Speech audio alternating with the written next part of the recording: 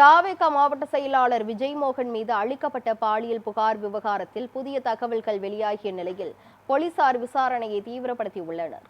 ராணிப்பேட்டையில் தாவேகா மேற்கு மாவட்ட செயலாளர் விஜய்மோகன் மீது ஆற்காடு பகுதியை சேர்ந்த பெண் ஒருவர் காவல் நிலையத்தில் புகார் அளித்துள்ளார்.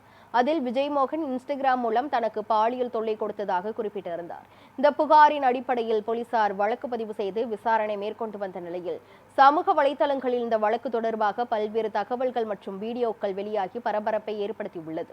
குறிப்பாக அந்த பெண் தன்னிடம் பணம் பறிப்பில் ஈடுபட்டதோடு தொடர்ந்து பல ஆண்களையும் ஏமாற்றி வருவதாக நபர் ஒருவர் வெளியிட்ட வீடியோ சமூக வலைதளங்களில் வைரலாக பரவி வருகிறது.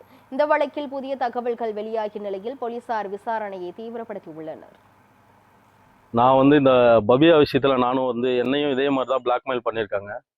அவங்க வீட்டுக்கார் கார் டிங்கர் வேலை செய்கிறவர். என்னுடைய கார் அடிப்படுதுன்னு சொல்லிட்டு நான் டிங்கர் வேலைக்கோசம் நான் அவங்க செட்டுக்கு எடுத்துகிட்டு போகும்போது அப்போ அவங்களுக்கு வீட்டுக்கு எனக்கு பயக்கமாகுது. அப்போ பழக்கத்தில் என்ன பண்ணுறோம், ஒவ்வொரு வாட்டியும் நான் வண்டி ரெடி பண்ணி கொடுத்ததுக்கப்புறம் ஏன்னா சின்ன சின்ன ஃபால்ட்டுனா கூட நான் எடுத்துகிட்டு அப்போ போவேன். போயிட்டு வரும்போது ஃபோன் காலில் பேசுவோம்.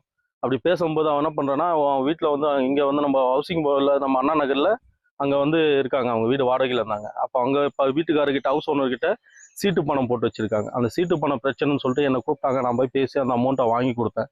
வாங்கி கொடுத்தோன்னே என்ன பண்ணிட்டான், சரின்னு சொல்லிட்டு உங்களுக்கு தெரிஞ்சவங்க யாருன்னா இருந்தால் வட்டிக்கு கொடுத்துட்டு எனக்கு காசு வாங்கி கொடுங்க அப்படின்னா. நான் என்ன பண்ணேன், எனக்கு தெரிஞ்ச பையன்கிட்ட நான் காசு வாங்கி கொடுத்தேன். வாங்கி கொடுத்தா ஒரு 2 மாதம் வட்டி கட்டியிருப்பான். 1,10,000 நான் வாங்கி கொடுத்தேன். அந்த 2 மாதம் வட்டி கட்டான். அதுக்கப்புறம் அவன் என்ன பண்ணுறான், ஊரை விட்டு ஓட்டான். அவனுக்கு கடன் பிரச்சனை அதிகமானதுனால ஓடிட்டான். என்னாலேயும் அந்த காசை திருப்பி கட்ட முடியல. நானும் கார் எடுத்திருந்தேன். அந்த கார் அடிபட்டு ஆக்சிடென்ட் ஆனதுனால என்னாலையும் அந்த நேரத்தில் போதிய வருமானம் இல்லாதனால நான் என்ன சொல்கிறேன், எனக்கு கொஞ்சம் டைமிங் வேணும் அப்படின்றேன். டைமிங் வேணும்னு சொல்லும்போது எனக்கு அவன் ஒரு 2 மாதம் அப்படி இப்படி இழுக்க அடிச்சுட்டு இருக்கேன். நான் கொடுக்குறேன்னு சொல்லிட்டு அந்த காசுக்கு நான் பொறுப்பு, நான் கொடுக்குறேன் அப்படின்றேன். அதுக்கப்புறம் என்ன ஆகுதுன்னா, இவன் ஒய்ஃப் அப்போ தான் என்கிட்ட பேச ஸ்டார்ட் பண்ணுறாங்க.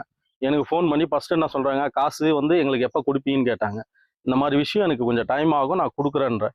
அதுக்கப்புறம் என்ன பண்ணாங்க, கொஞ்சம் நாலடி என்ன ஆகுதுன்னா ஃபோன் பண்ணுறது, சரி நீ காசு கொடுக்கும்போது பொறுமையாக கொடு, என்கிட்ட அது வரைக்கும் பேசு அப்படின்னு சொல்லிட்டு என்னை ஃபோன் பண்ணி டார்ச்சர் பண்ண ஆரம்பித்தாங்க. டார்ச்சர் பண்ண ஆரம்பித்தோடனே நான் ஒரு கட்டத்துக்கு மேலே என்ன பண்ணுறேன், அவாய்ட் பண்ண ஆரம்பித்தேன்.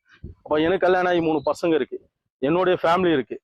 என் ஃபேமிலியில் எங்கள் அப்பாவுக்கு ஃபோன் பண்ணி அசிங்கமாக சொல்லி, ஒரு பொண்ணு எதை பேசக்கூடாதோ அவ்வளவும் பேசி வீட்டில் அவ்வளோ பெரிய பிரச்சனையை உருவாக்கி, இதனால் நான் சூசைட் பண்ணுற அளவுக்கு நான் போனேன்.